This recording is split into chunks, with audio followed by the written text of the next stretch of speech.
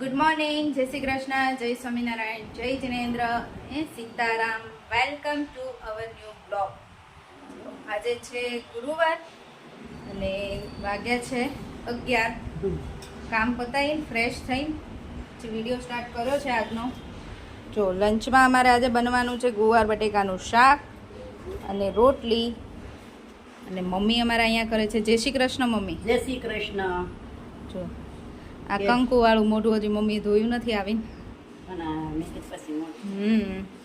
Mummy છે ને અથાણાની કેરી લાયા છે ને તો હવે એને બહુ મોટા મોટા કરીને આપે બહાર તો એટલે થોડુંક ગોટલીને એવું કાઢે છે અને થોડા નાના પીસ કરે છે. અથાણું બનાવવાનું છે. કેમ morning Rahi? Good morning Shloku. Good morning. બંને ફ્રેશ થઈને પછી દૂધ પીવે છે. ધીરે ધીરે બેક ટુ રૂટીનમાં આવતા જાય છે, હે ને? બોલો બેટા. ઓકે.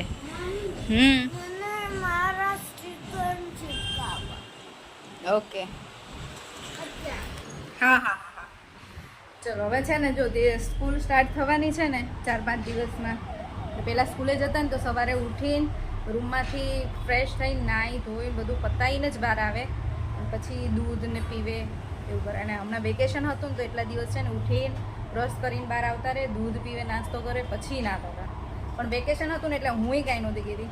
પણ 2 દિવસથી એ લોકોની જાતે જ કહે છે કે મમ્મા અમે ઉઠીને જાગે ને એટલે એમ કે મમ્મા હું પહેલાં નાહવા જઈએ છીએ. 2 વારા ફરતી નાય પછી બહાર આવે પછી હું દૂધ ને નાસ્તો ને એવું આપું.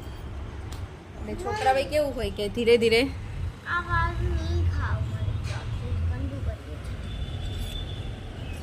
ઓકે ધીરે ધીરે પાછા એમનું જે હોય એ રેગ્યુલર ચાલુ થઈ જ જાય નહીં રાહી, હે ને? ચલો હવે આજે શું કરવાનું છે? હવે અત્યારે રમવા જવાનું છે. શું બુક્સ? એક કામ કર, ઇંગ્લિશની બુક લઈ આવીને થોડુંક રીડ કર. રીડિંગ અને શ્લોકને થોડુંક શીખવાડ. શ્લોકને હવે ઘણું ખરું આવડે છે પણ બહુ મોટા મોટા સ્પેલિંગ હોય ને એ નહીં આવડતા ને તો એને કે ચલ બોલ. ખાલી આગળ ફ્રન્ટ બદલાયું હશે, અંદર કંઈ એટલું ચેન્જ નહીં હોય.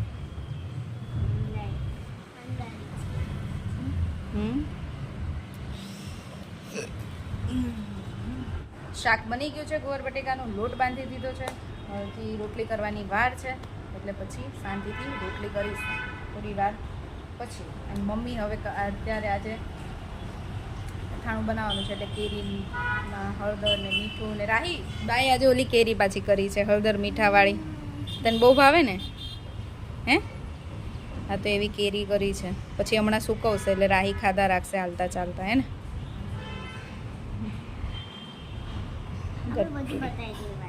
બધી પતાવી દેવાની. જો અમારું ગુવાર બટેકાનું શાક, અહીંયા છે કુંદા અને મરચાંનો સંભારો, રોટલી અને બીજું ડુંગળીને એવું હું સમારીશ. મારે તો જોઈશે. સમારી બેસી જઈએ જમવા. મમ્મી અમારા અહીંયા છે ને અથાણાનું કરે છે. મેથી પલાળી હતી, આખી મેથી બોળામાં નાખવા માટે. આખી મેથી પલાળી હતી હળદર મીઠાવાળા પાણીમાં, હે ને? ચોખ્ખા પાણીમાં પલાળે પછી હળદર મીઠા. ઓકે, પહેલાં નોર્મલ પાણીમાં પલાળી હતી પછી હળદર મીઠાવાળા પાણીમાં. અને હવે એને થોડી સૂકવવાની છે. અને આ કેરી છે એની થોડી સૂકવવાની છે. રાહી તો હાલતા ચાલતા કેરી ખાધા રાખે છે હળદર મીઠાવાળી. ચલો જો સાંજના 6:30 થયા છે અને ડિનર બનાવવા માટે મૂકી દીધું છે. ડિનરમાં આજે બનવાનું છે સાદી ખીચડી અને કઢી. જો કઢી ઉકળવા મૂકી દીધી છે અને ખીચડી મૂકી દીધી છે. કઢી ખીચડી છે એટલે હવે શાક તો અમારે કોઈને નહીં જોઈએ. હું તો એકલી કઢી ખીચડી જ ખાઉં છું.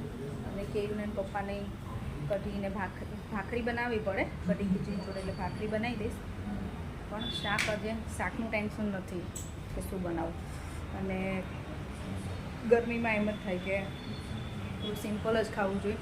પણ ચટારો હોય ને જીભનો એટલે કંઈક ને કંઈક ઈચ્છા થયા રાખીને આપણે ગરમીમાં પણ બનાવ્યા રાખીએ. પણ સાદી ખીચડી અને કઢી જ ખાવાનું છે. અને જો આ મમ્મીએ છે ને જે મેથી પલાળી હતી ને એ અહીંયા સૂકવી દીધી છે કુકડામાં. આ બિલકુલ કડવી ન લાગે. અત્યારે હળદર મીઠાવાળા પાણીમાં પલાળેલી છે ને, ખાટા પાણીમાં, કેરીનું જે પાણી હોય ને ખાટું એમાં પલાળેલી છે એટલે કડવી ન લાગે, મસ્ત લાગે. અને જો છોકરાઓએ તો પીઆઈ ચોકલેટ મોકલી છે ને ખાવાની છે, સ્ટાર્ટ કરી દીધી છે. સ્કીટલ્સ લઈ લીધી છે પણ છે ને એટલું સારું છે, ચોકલેટ આટલી બધી મોકલી હોય ને પણ મને પૂછ્યા વગર ના ખાય અને એક એક જ ખાય. તો લાવો હવે પેકેટ. ચાલો વાળા મેડમ. એ જો તમને ખબર મેં છે ને કમેન્ટ વાંચી હતી ને તો કોકે કીધું તું કે છોકરાઓને ચોકલેટ ખાવા દેવાય તો લેસ લો. પૂછ તો છોકરાઓને ચોકલેટ ખાવા દેવાય? તમે કોમેન્ટ કરજો. પૂછ લે એટલે કાલ કોમેન્ટ આવશે ને તો હું તને બતાવીશ કોણ હા પાડે છે. બસ ચલો હવે આજનું પતી ગયું. આ જે કલર જોઈ લઈ લે. અને હવે આજનું પતી ગયું કે હવે આજના દિવસમાં માગવાની નથી, કેમ કે લોલીપોપે ખાઈ લીધો છે અને આ ખાધી છે.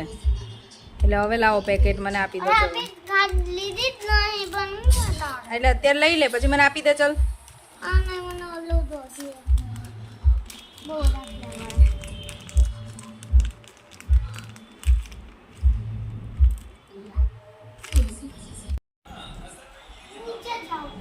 જા.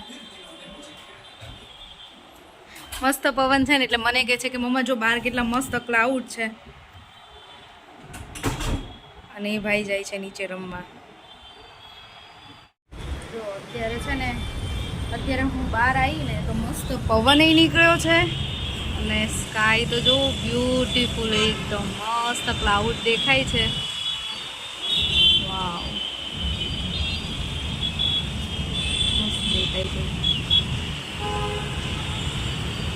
અને અત્યારે પવન સારો છે. આખો દિવસ તો બહુ જ ગરમી થાય છે, બફારો થાય છે, પણ અત્યારે થાય તો પવન નીકળે ને તોય ગમે. આપણે સાંજ પછી તો બહાર નીકળી શકીએ. અત્યારે 7:30 થયા છે, મસ્ત પવન છે. અને બહુ અવાજ લાગે છે ને, મારી પાછળ નોઈસ બહુ જ લાગતો હશે તમને, પણ ટ્રાફિક જામ થઈ ગયો છે ને બરાબર, એટલે આટલો બધો અવાજ આવે છે. જો કઢી બની ગઈ છે, મસ્ત વઘારી દીધી છે લસણ નાખીને સરસ. જો નિકોલની સવારી કરવા ઉપડ્યાની હે ને. બહુ ગરમી.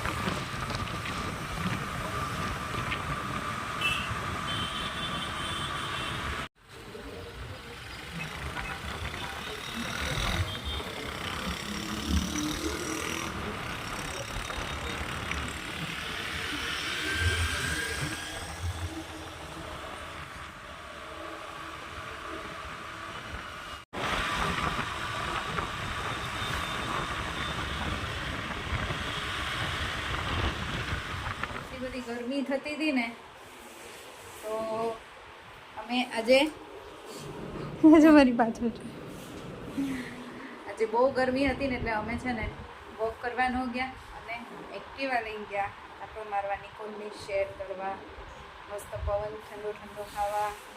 અને રાહી અને શ્લોકાએ અમારી જોડે આવ્યા. હે ને શ્લોકો? મજા આવી ને? એક્ટિવા રાઈડ કરવાની મજા આવે કે? પણ મને તો ગાડી કરતાં એક્ટિવામાં જતા મજા આવે.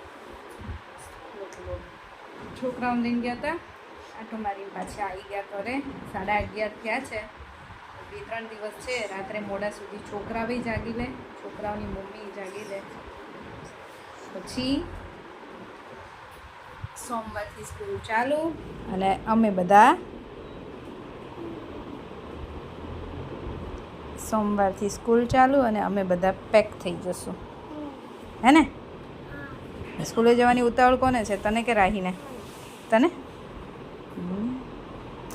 તારા ફ્રેન્ડ્સ યાદ કરે તું? ને મારા મેમે છે ને હમ. એક છોકરાને કીધું તો આર્મીમાં મોકલવાનું તો એ છે ને દુનિયા છોડીને જ જતો રહ્યો.